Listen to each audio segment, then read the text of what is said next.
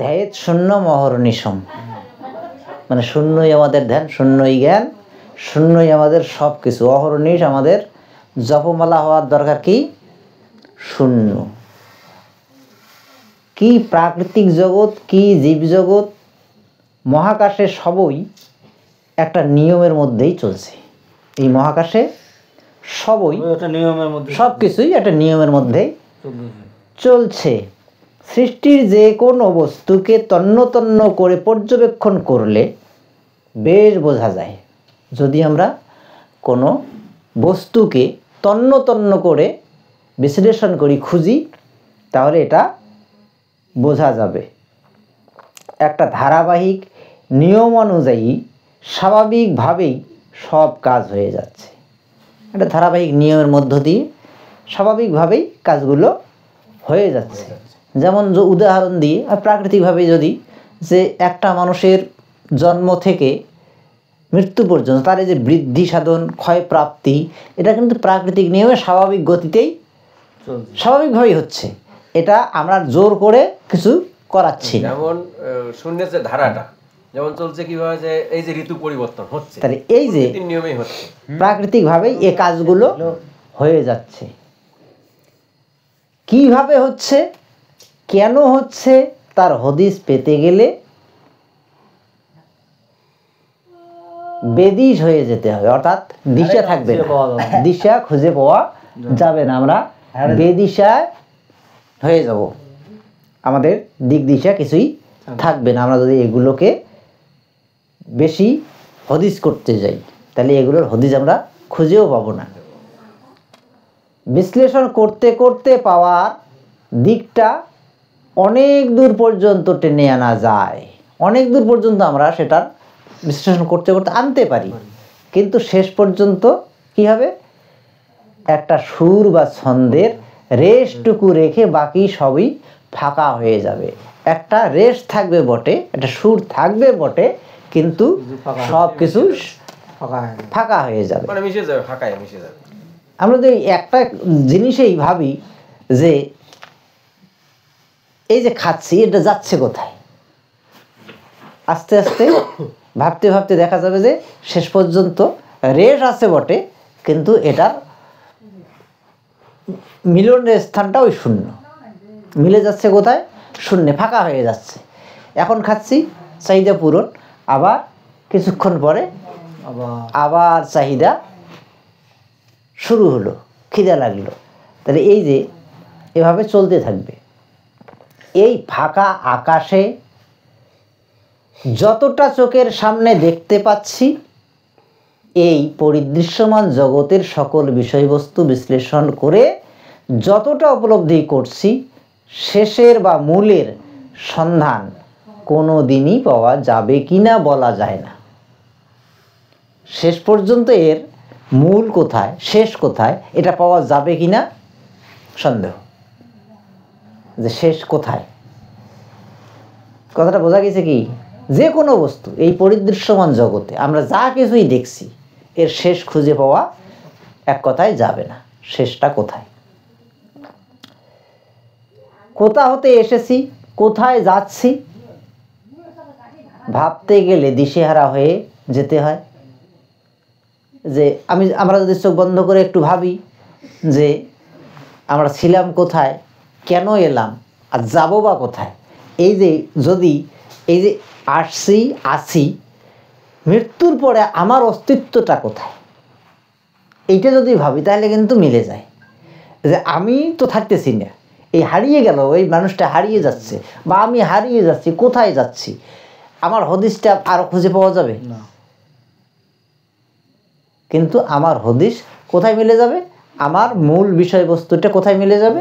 ওই মহাশূন্যে, শূন্যে, অর্থাৎ শূন্য ছাড়া আমার গতি নেই। আমার গতি প্রকৃতি যা কিছু আছে শূন্যের মধ্যেই সীমাবদ্ধ, শূন্যের মাঝেই সীমাবদ্ধ, সব মিলে যাচ্ছে শূন্যে সব কিছু। তাই ঠাকুর কি বললেন? বারবার বললেন ধ্যায়েত শূন্য অহর্নিশম।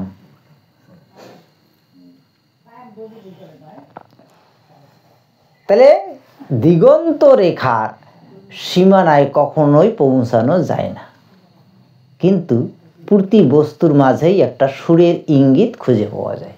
প্রতিটা বস্তুর মাঝেই কি আছে, একটা তার সুর এবং সুর, হ্যাঁ, তার ইঙ্গিত খুঁজে পাওয়া যায়। কেন, আমরা যখন এসেছি এটা যদি বুঝি যে আসার পরে একটা আমরা সুর দিছি, এটা সহজাত, এটা আছে, ওটাই ছিল, ওটাই থাকবে, আছে এবং থাকবে, এই সুর ইঙ্গিত।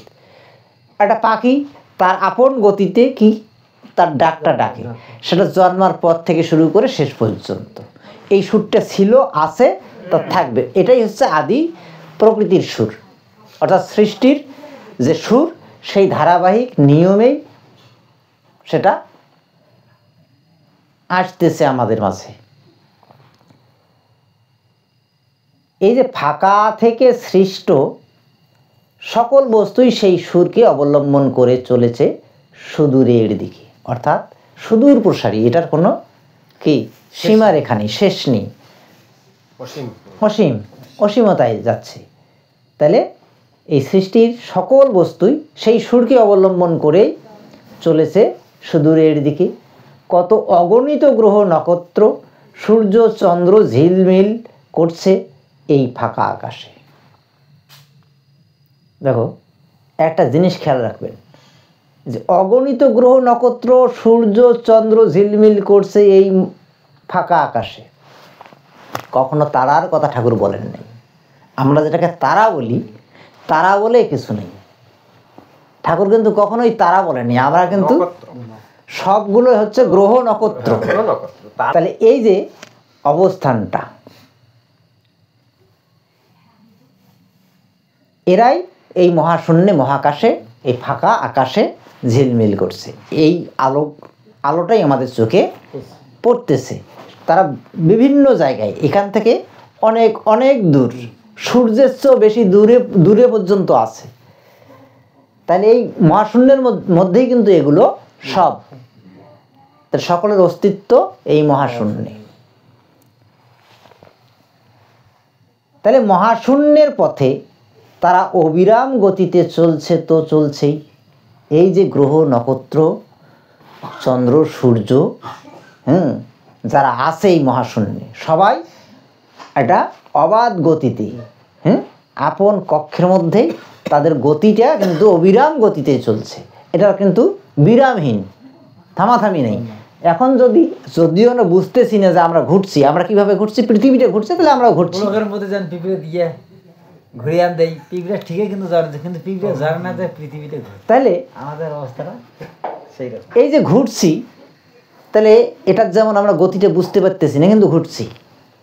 তাহলে প্রতিটা গ্রহ নক্ষত্র রাজি তাদের একটা নিজস্ব কি চলার গতি আছে, আপন কক্ষে সে অবিরাম গতিতে সে চলছে। আমরা কি থেমে আছি? এখন যদি বলি মানুষ কি থেমে আছে, কোনো জীব কি থেমে আছে? থেমে নাই। কেন থেমে নাই?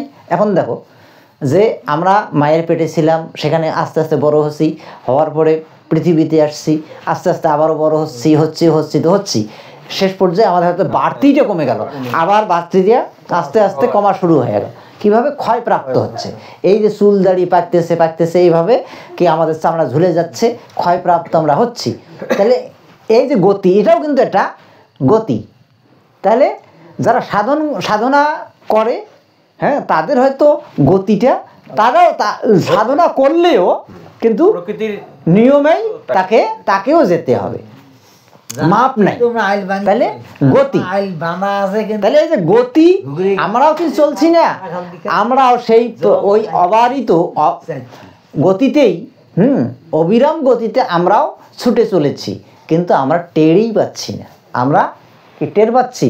আমরা আসলে টেরই পাচ্ছি না যে মূল বিষয়টা কি। অথচ হয়ে যাচ্ছে কিন্তু কাজ, আমরা এগুলো করি নাই। আমি ইচ্ছা করে বৃদ্ধ হতে চাই নাই, চাইছি ইচ্ছা করে আবার চুলগুলো পাকুক, এটা কি চাইছি? চাচ্ছি না। কিন্তু প্রকৃতির নিয়মে হচ্ছে,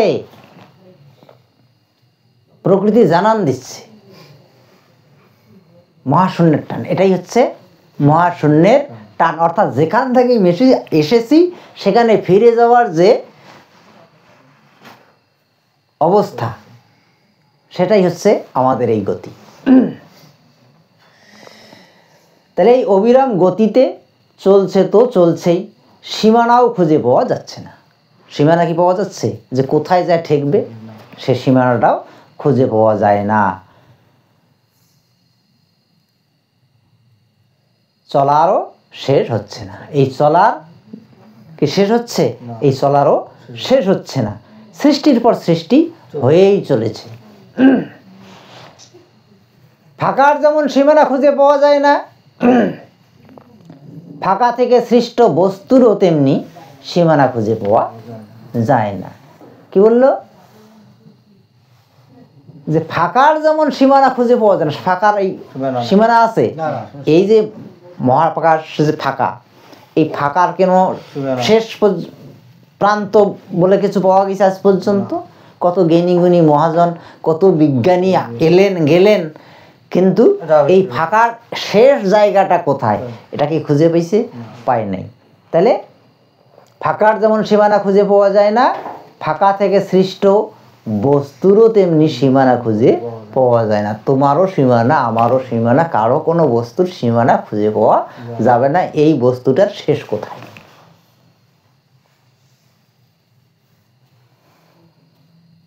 কিন্তু প্রত্যেকেই এক একটা গোষ্ঠীতে সীমাবদ্ধ হয়ে বিশ্বব্রহ্মাণ্ডে চলছে। কি বলছে? যে প্রত্যেককেই এক একটা গোষ্ঠীতে, এক একটা গোষ্ঠীতে, কি এটা অমুক গোষ্ঠী, এটা অমুক গোষ্ঠী, ওই গোষ্ঠীর মধ্যে সীমাবদ্ধ হয়ে, ওই গোষ্ঠীর মধ্যেই সীমাবদ্ধ থেকে বিশ্বব্রহ্মাণ্ডে চলছে। এই বিশ্বব্রহ্মাণ্ডে চলছে ওই গোষ্ঠীগুলোই আপন গোষ্ঠীর ভিতরেই সেগুলো চলছে। এখানেই সৃষ্টি হচ্ছে, এখানেই লয় হয়ে যাচ্ছে, ওইভাবেই চলছে। চলে আবার অবিরাম গতিতে চলছে।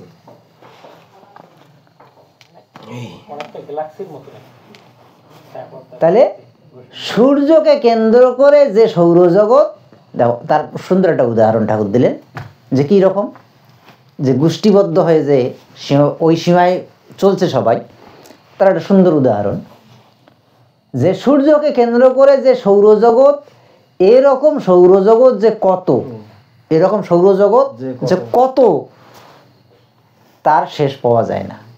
এটাও শেষ নেই। এইরকম সৌরজগৎ যে কত আছে এটারও শেষ নেই। এই জন্য ঠাকুর বলছে এরকম হাজার হাজার কোটি কোটি অসংখ্য সৌরজগৎ আছে।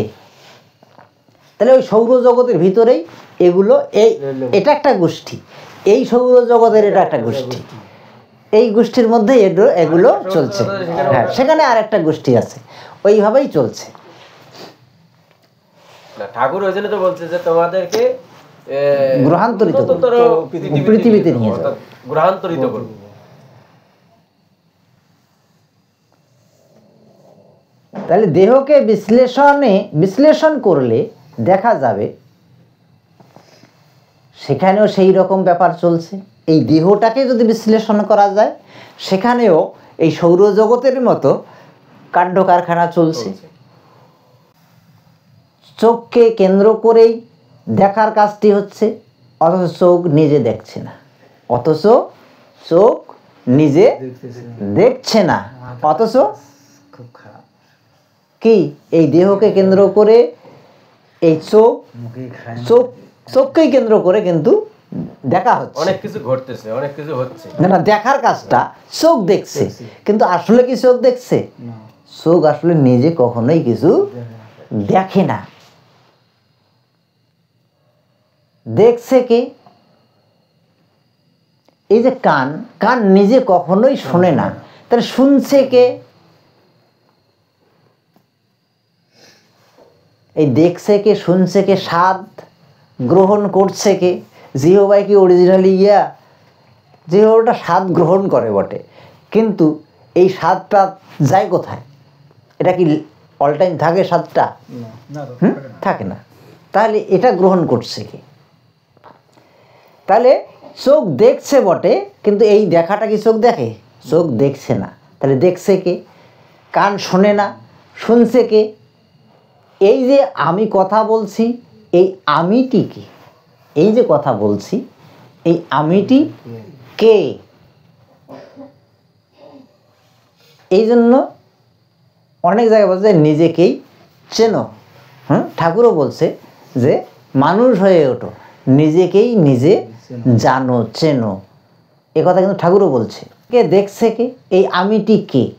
এই আমিকে খুঁজতে গেলে সকল অঙ্গ প্রত্যঙ্গ, রক্ত, মাংস, শিরা, উপশিরা ইত্যাদি নানা বস্তুতে বিভক্ত হয়ে যায়।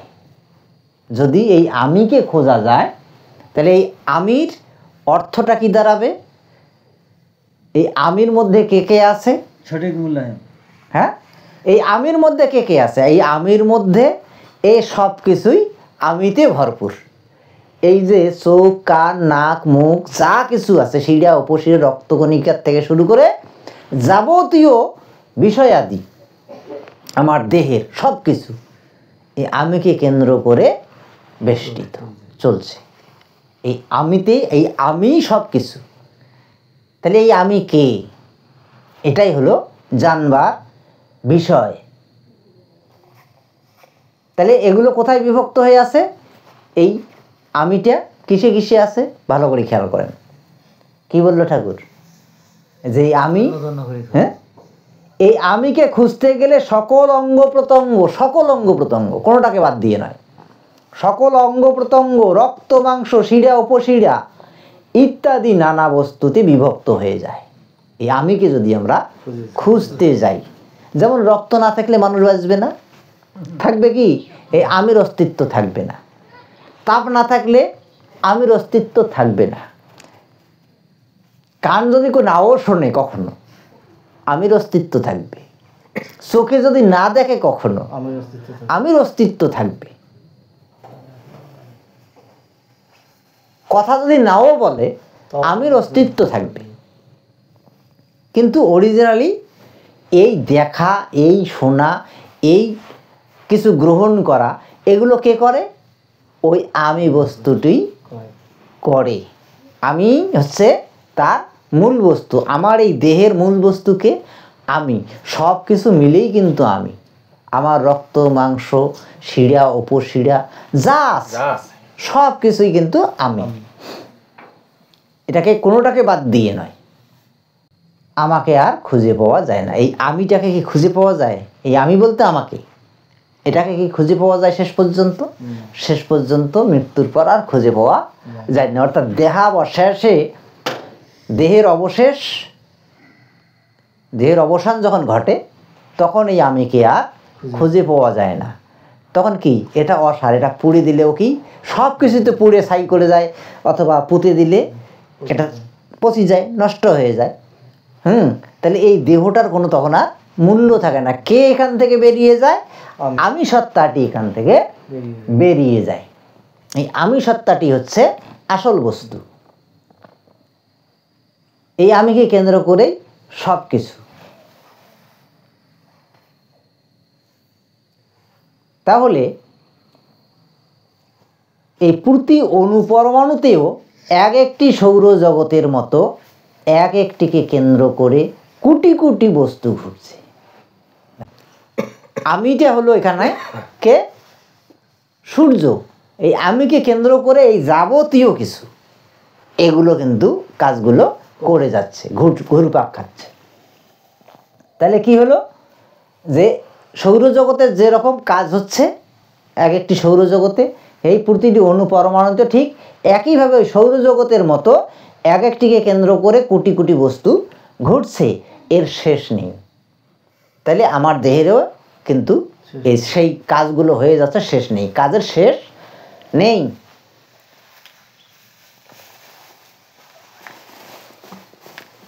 সব কিছুর মাঝে একটা যোগসূত্র রয়েছে, আর এই সব কাজের মধ্যে কি আছে? একটা যোগাযোগ আছে, যোগসূত্র রয়েছে, তাতেই কাজটা হয়ে যাচ্ছে। এই যোগাযোগটা যদি না থাকতো কাজটা কিন্তু ফুলফিল হতো না, সম্পূর্ণ হতো না। সেটাই হচ্ছে সুরের যোগ, ছন্দের যোগ। সেটাই হচ্ছে সুরের যোগ, ছন্দের যোগ। সুর এবং ছন্দ, তার সঙ্গে যে তালটা দেওয়া হয় কি হয়? সুমধুর হয়, তাই না? এই হলো মূল বিষয়। তাহলে বিশ্বব্রহ্মাণ্ডের প্রতিটি বস্তুর মধ্যেই এই সুর, এই ছন্দ, এই হারমোনি নিহিত আছে। এই হারমোনিয়ামের যেমন সুর, হ্যাঁ, সপ্ত সুর অর্থাৎ সা রে গা মা পা ধা নি, এর মধ্য দিয়ে গানের সুর নিরূপণ হয়, নির্দিষ্ট হয়। তা ঠিক সেই রকমই এই বিশ্বব্রহ্মাণ্ডের প্রতিটি বস্তুর মধ্যে সেই হারমোনিয়ামের মতো এগুলো সুর ছন্দ তৈরি করা আছে, ওইভাবেই চলছে। সেই হারমোনিয়ামের রিডগুলো ঠিক মতো ধরে ধরে টিপ দিলে তবেই সুরটি বেজে উঠবে, তখন এই সুরের সাড়া পাওয়া যাবে। তাহলে ওই হারমোনিয়ামে টিপলে যেমন কোন সুর কোথায় আছে ওইভাবে টিপলে যেমন সুরটি সুমধুর হয়, তাহলে তোমার দেহের হারমোনিয়ামের মধ্যে যদি ওই টিপনিগুলো ঠিক সময় মতো দিতে পারো তাহলে সুরটি জেগে উঠবে, আর সেই তখনই কী পাওয়া যাবে, সুরের সাড়াটাও পাওয়া যাবে। তাহলে প্রতি মুহূর্তে ভাবিয়ে তোলে কি করে এত সুসজ্জিতভাবে সব কিছু সৃষ্টি হলো। তাহলে খুব সুন্দর রূপে, সুচারু রূপে সব কিছুর সৃষ্টি হলো। এর পিছনে নিশ্চয়ই একটা চিন্তাশীল মন কাজ করছে। এর পিছনে কে কাজ করছে? একটা চিন্তাশীল মন কাজ করছে, যে মন অর্থাৎ স্রষ্টার মন বলা হয়। যে মনটা হলো স্রষ্টার মনোবাসনা জাগলো, তাই এত অপরূপ সৃষ্টি হলো। তাহলে এই চিন্তাশীল মন কাজ করছে। তাহলে চিন্তাশীল মন একমাত্র কার? অর্থাৎ চৈতন্যশীল। হ্যাঁ, চিন্তাশীল অর্থাৎ সর্বদাই যিনি চিন্তা করে যাচ্ছেন চেতনার মধ্য দিয়ে, সেটা হলো একমাত্র স্রষ্টার মন। তখনই মনে প্রশ্ন জাগে, কে সেই স্রষ্টা? কে সেই স্রষ্টার স্রষ্টা? এই যে সৃষ্টি হচ্ছে, এই স্রষ্টার আবার স্রষ্টাকে, একটা সুর সৃষ্টি হচ্ছে, তার আবার স্রষ্টাকে। তাহলে স্রষ্টার স্রষ্টাকে, স্রষ্টার আবার স্রষ্টা হয়। হ্যাঁ, কে সেই স্রষ্টার স্রষ্টা? আপনি কিছু সৃষ্টি করেন না, আপনিও কিছু সৃষ্টি করছেন। তাহলে আপনার এই স্রষ্টার স্রষ্টা, কিছু সৃষ্টি করছেন, তার জন্য আপনি স্রষ্টা। তোমারও স্রষ্টা আছে। তাহলে এইভাবে স্রষ্টা আছেই। এইভাবে খুঁজতে খুঁজতে খুঁজতে দেখা যাবে যে আসলে স্রষ্টাকে, স্রষ্টা খুঁজে পাওয়া যাবে। কে স্রষ্টা? যার কারণে আমরা সহজভাবে বলি কি, একমাত্র স্রষ্টা হলো শূন্য। শূন্যই আমাদের একমাত্র স্রষ্টা। শূন্য ছাড়া সৃষ্টি হয় না। এই শূন্য যদি না থাকতো সৃষ্টির অস্তিত্ব খুঁজে পাওয়া যেত না। তাহলে একমাত্র এই ফাঁকা, এই মহাশূন্যের মনোবাসনা জাগলো, তাই অপূর্ব সৃষ্টি হলো। এ জিজ্ঞাসার শেষ নেই, এই জিজ্ঞাসার শেষ নেই। কিন্তু মহাশূন্যের বেলায় এ প্রশ্ন আসে না। স্রষ্টার স্রষ্টাকে, হ্যাঁ, প্রশ্ন, কিন্তু এই মহাশূন্যের বেলায় এ প্রশ্ন আর আসে না। যে মহাশূন্যে যখন মিলে যাও তখন কিন্তু আর প্রশ্ন তোমার থাকে না। এরপরে স্রষ্টাকে, শূন্যকে কে সৃষ্টি করলো? না, শূন্যকে কেউ সৃষ্টি করেনি, মানে শেষ। এটাই শেষ পরিণতি। এই শূন্যের পরে এই শূন্যকে কে সৃষ্টি করলো এটা কেউ আর বলতে পারে না। অতএব এই শূন্য ছিল, আছে, থাকবে, ইহা কখনোই কি এটা অবিনশ্বর। সেটাই তো মুছে যাবে, এটাই অবিনশ্বর।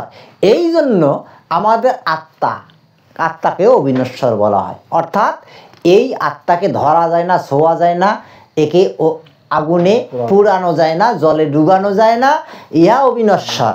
এই জন্যই অবিনশ্বর, শূন্য। এই শূন্য ধরা যায় না, এই শূন্যই তো যায়, এই শূন্যই মহাশূন্যেই বিলীন হয়। তাহলে শূন্য, এই জন্য ঠাকুর খুব সহজ করে বললেন, কথাটা খুব সহজ, ধ্যায়েত শূন্য অহর্নিশম। আর মানুষ কি ভাববে? বলবে কি কবার দেখছে ধ্যাত শূন্য বাহরণী সব শূন্য কখনো ধ্যান জ্ঞান করা যায়? হ্যাঁ, সামনে কিছু না থাকলে। তাদের স্রষ্টা একরকম, বালক ব্রহ্মচারীর সন্তানদের ক্ষেত্রে স্রষ্টা আর এক রকম। কি রকম? যে এটা পরিসমাপ্তি টেনে দিয়েছেন একমাত্র ঠাকুর। কি সহজেই বুঝিয়ে দিয়েছেন, ধ্যাত শূন্য মহর্নিশম, শূন্যই তোমাদের স্রষ্টা, আমিও না। ঠাকুর বলে নাই আমি তোমাদের স্রষ্টা, কখনোই বলে নাই। কিন্তু আমি কে উনি জানান দিছে, যে ওঙ্কার থেকে এই বিশ্বব্রহ্মাণ্ডের সৃষ্টি, সেই নাদধ্বনি আমি, সেই ওঙ্কার আমি, সেই নাদের মালিক আমি। যে নাদ যেখানে অবস্থান করে এই নাদকে ধরে রাখার মালিকটাই আমি। তাহলে এত সহজ করে ঠাকুর বললেন, এই জন্য বললেন তোমরা মিশবে কোথায়, তোমরা এসেছো কোত্থেকে, যাবে কোথায়। তাহলে যেখান থেকে এসেছো সেখানে ফিরে যাবে। অর্থাৎ আমার কাছ থেকে তুমি, হ্যাঁ না, কথার অর্থ হলো যে আমার কাছ থেকে এসেছো আমার কাছে ফিরে যাবে। আর যাওয়ার জন্য যতক্ষণ যা কিছু করার এইটা করে নাও, আর এর জন্য মানুষ তৈরি হও। শেষ কথাটা হলো, এর জন্য মানুষ তৈরি হওয়া বলতে কি, নিজেকে তৈরি করো। নিজেকে কিভাবে তৈরি করব? সুন্দর, সৎভাবে, সুন্দরভাবে, আমার দ্বারা যেন কাহারও ক্ষতি না হয়, তুমি কল্যাণ করবে। কিন্তু আমি যদি অকল্যাণের কিছু করি তাহলে আমার স্থানটা সেই জায়গায় হবে না। এই জন্য ঠাকুর বলে নাই শুধু তোমরাই আমার বেটা বেটি তা নও, তোমরাই আমার সবাই সন্তান। এই সৃষ্টিতে যা কিছু আছে বিপদটা কত বড়, সবাই আমার সন্তান, ঠাকুরের জীব এখন পৃথিবী সকল জীব আমার সন্তান। সবটা তো মাথাটা কার গরম না এখন তো কি, এই জায়গায় হলো পার্থক্য। তাহলে দেখো, তাহলে এই শূন্যের বেলায়, মহাশূন্যের বেলায় এই প্রশ্ন আসে না স্রষ্টা কে। শূন্যের তো রূপ নেই। শূন্যের কি রূপ আছে? শূন্যের কোনো রূপ নেই, গন্ধ নেই, বর্ণ নেই, আদি নেই, অন্ত নেই। এই শূন্যের শুরুও নাই শেষও নাই। তাহলে কি বলা হয় যে স্রষ্টা, স্রষ্টা হ্যাঁ, তার আদি নেই, অন্ত নাই, তার শুরুও নেই, শেষও নেই, তার সৃষ্টিও নেই, তার বিনাশও নেই। তাহলে একমাত্র কার নাই? একমাত্র শূন্যের নাই। ঠাকুর একটা খুব সহজ করে বলে দিলেন, ফাঁকা চিরকালই ফাঁকা, ফাঁকা ছিল, আজও আছে, বরাবরই থাকবে। অর্থাৎ ছিল, আছে, থাকবে, এ অব্যয় অক্ষয়। তাই তার কোনো স্রষ্টাও নেই, তাই তার কোনো স্রষ্টাও নেই। গভীরভাবে একটু চিন্তা করলে, ভালো করে একটু লক্ষ্য করলেই বোঝা যাবে প্রতি বস্তুতেই, প্রতি অণু পরমাণুতেই রয়েছে এই ফাঁকার প্রভাব। এই ফাঁকার প্রভাব, এমন কোনো বস্তু, এমন কোনো অণু পরমাণু নাই যে ফাঁকার প্রভাব নেই। ফাঁকা আছে জন্যই তার অস্তিত্বটা আছে, নাহলে তো বুঝতে পারতো না, আমরা ঠিকই দেখতে পারতাম না প্রতিটি বস্তু, সেটা এর অণু পরমাণু পর্যন্ত ঠিক আছে, সব জায়গায় এই ফাঁকার অস্তিত্ব আছে। সবটাতেই ফাঁকার প্রভাব। শ্রবণ, মনন, চেতন, বুদ্ধি, বিবেক, বিচার সম্বন্ধে জানতে গেলে কোনোই হদিস পাওয়া যাবে না। এগুলোকে যদি বিশ্লেষণ করতে যাই আমরা, তাহলে কি পাওয়া যাবে না? এটার হদিস পাওয়া যাবে না। এই বুদ্ধিটা আসে কোত্থেকে? এই বিচার বুদ্ধিটা আসে কোত্থেকে? হ্যাঁ, তাহলে এগুলো কিভাবে, এগুলোর কি হদিস পাওয়া যাবে? এগুলোর হদিস পাওয়া যাবে না। কে করাচ্ছে এই বিচার বুদ্ধিটা, তোমার বুদ্ধিটা, চেতনাটা? কে দিচ্ছে? একমাত্র এই শূন্যই দিচ্ছে। এই শূন্য হচ্ছে মহাচৈতন্য, শূন্য হচ্ছে মহাচৈতন্য। এই মহাচৈতন্যই তোমাকে বোধোদয় দিচ্ছে, তোমাকে চেতনা শক্তি দিচ্ছে, তোমাকে বিচার শক্তি দিচ্ছে, তোমাকে বুদ্ধি দিচ্ছে। কাজেই তুমি এগুলো করতে পারছো। কে শোনে, কে বোঝে, কে দেখে, কিছুই বোঝা যায় না। এই বিশ্ব ব্রহ্মাণ্ডে কোনো কিছুই খুঁজে পাওয়া যায় না। এই বিশ্ব ব্রহ্মাণ্ডে যদি খুঁজতে যাও তুমি কোনো কিছুই খুঁজে পাবে না। ব্যবহারিক দিক দিয়ে বুঝি একটা অর্গান আর একটা অর্গানে ধাক্কা খেয়ে একটা কিছু সাপ্লাই করছে। একটা অর্গান আর একটা অর্গানের সঙ্গে ধাক্কা খেয়ে একটা কিছু সাপ্লাই করছে, অর্থাৎ একটা কিছু উৎপাদন করছে, একটা কিছু দিয়ে যাচ্ছে। এভাবেই সব কিছু আপনা আপনি হয়ে যাচ্ছে। কিন্তু বস্তু যখন বাস্তবতার সীমানা পার হয়ে চলতে থাকে, বাস্তবতার সীমানা অর্থাৎ তার যতটুকু এটাকেও পার হয়ে যখন চলতে থাকে, তখন আর প্রশ্নের উত্তর খুঁজে পাওয়া যায় না। অর্থাৎ তোমার সীমানার বাইরে যখন তুমি চলে গেলে তখন কিন্তু আর খুঁজে পাওয়া যাবে না। শেষ পর্যন্ত মীমাংসা আর হয় না। শেষ পর্যন্ত মীমাংসা কি? যে মৃত্যুর পর আমি কোথায় যাব? আছে কোনো উত্তর?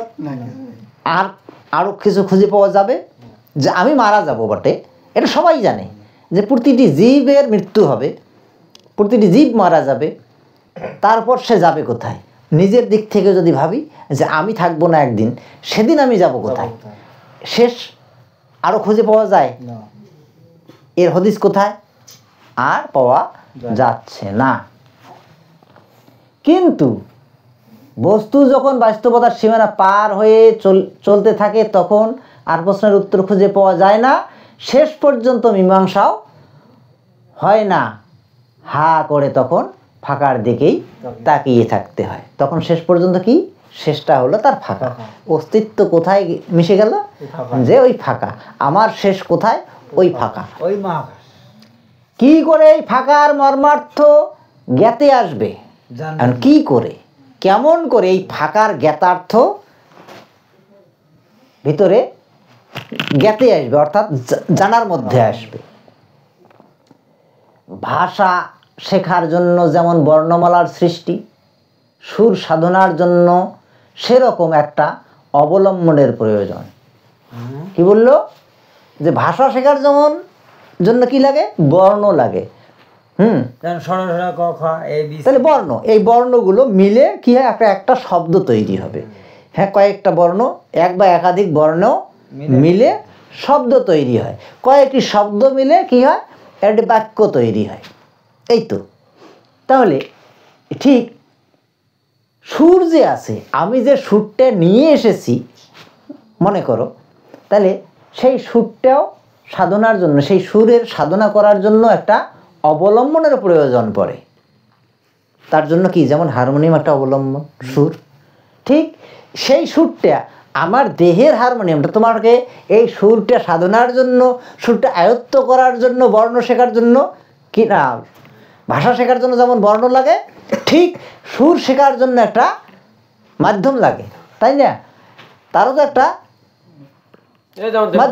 তাহলে দেহটা হচ্ছে তার মাধ্যম। তুমি যে সুরের চর্চাটা করবে, যে সাধনাটা করবে, তার জন্য হারমোনিয়ামটা কে? তোমার দেহ। এই দেহ, হ্যাঁ, এই দেহ বিনা যন্ত্রটা যদি বাজাতে পারো, তাহলে তোমার সুরটা কি বাজতে থাকবে। সেটাই বলছে। তাহলে সাধনার জন্য সেরকম একটা অবলম্বনের প্রয়োজন। শূন্য মার্গে মনের দিকটা চালিয়ে নেবার অবলম্বন স্বরূপ বিশ্বের সকল বিষয়বস্তু অন্তর্নিহিত সুর ও ছন্দ থেকে সার গ্রহণ করে নিজেদের সুবিধার জন্য একটি স্বরগ্রামের প্রয়োজন। অর্থাৎ সারেগামা পাধা নিয়ে স্বরগুলো, যেমন স্বরগ্রাম বলতে স্বর, ওই বর্ণমালার মতো।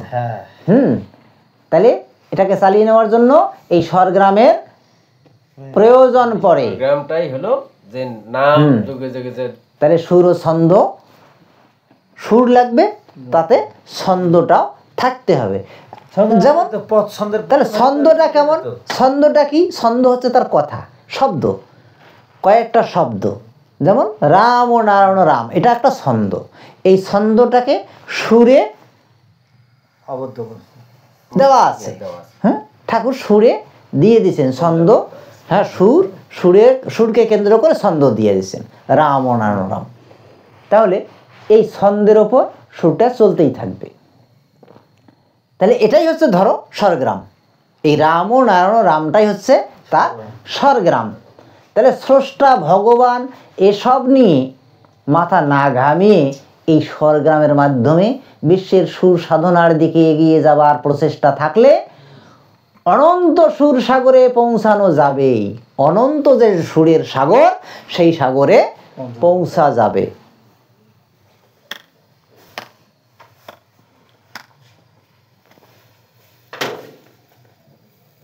এই ফাঁকা আকাশে যে অনন্ত সুরের ধারা বয়ে চলেছে, সেই সুরকে যার যার দেহবিনা যন্ত্রের সুর দিয়ে টেনে আনার চেষ্টা করলে নিশ্চয়ই সেই অনন্ত সুর সম্পর্কে অবগত হওয়া যাবে। শুধু এইটাই সুর, এইরকম সুরের সাগর আছে, সেই সাগরে তখন তোমরা নিমজ্জিত হবে। হ্যাঁ, বাজাইতে বাজাইতে সেই সুরের স্রোতে তোমরা মিশে যেতে পারবে। তখনই ওই একবারে মুখ কেল্লা তাকে আসছি সেখানে ফিরিয়ে দিতে পারো। এই সুরকে যার যার দেহবিনা যন্ত্রের মধ্য দিয়েই টেনে আনার চেষ্টা করলে নিশ্চয়ই সেই অনন্ত সুর সম্পর্কে আমরা কি পারবো? অবগত হতে পারবো। এই দেহযন্ত্রের বর্ণ বা অক্ষরের মতো সুর সাধনার যে স্বরগ্রাম রয়েছে, সেগুলোকে অবলম্বন করে যদি আমরা সেই সুর সাধনায় মগ্ন থাকি, সেগুলোকে অবলম্বন করে যদি আমরা সুসাধনায় মগ্ন থাকি, তাহলে কি হবে? এই বিশ্ব ব্রহ্মাণ্ডের সুরকে নিজের সুরের সাথে পাবো। বিশ্বব্রহ্মাণ্ডের যে সুর আছে, সেই সুরকে আমাদের নিজেদের সাথে পাবো, এই আশা রাখি। এই সুরের ধারা যেন সেই সুর লোকে পৌঁছাবার রথ। এই সুরের ধারাটাই যেন ওই সুর লোকে পৌঁছাবার একটা রথ। রথে করে যেমন একটা যানবাহন, আমার মত লোক, হ্যাঁ, শরীরও একটা লোক আছে। তাহলে এই সুর লোকে পৌঁছাবার এটা রথ। কোনটা রথ? এই সুরটা হচ্ছে তার রথ। এই রথকে অবলম্বন করেই, তাহলে এই রথকে অবলম্বন করেই যেতে হবে সেই সুর সাগরের তীরে। সেই সুর সাগরের তীরে আমরা পৌঁছতে পারবো যদি আমরা এই সুরের রথটাকে চালিয়ে নিতে পারি। এর জন্য গুরুদেব কি দিলেন? গুরুদেব আমাদেরকে মন্ত্র দিলেন, নাম দিলেন, এর মধ্য দিয়ে আমাদেরকে পৌঁছে যেতে হবে সেই মহাসুরে। তো যাই হোক, সবাইকে নমস্কার, অভিনন্দন। রাম ও নারায়ণ রাম।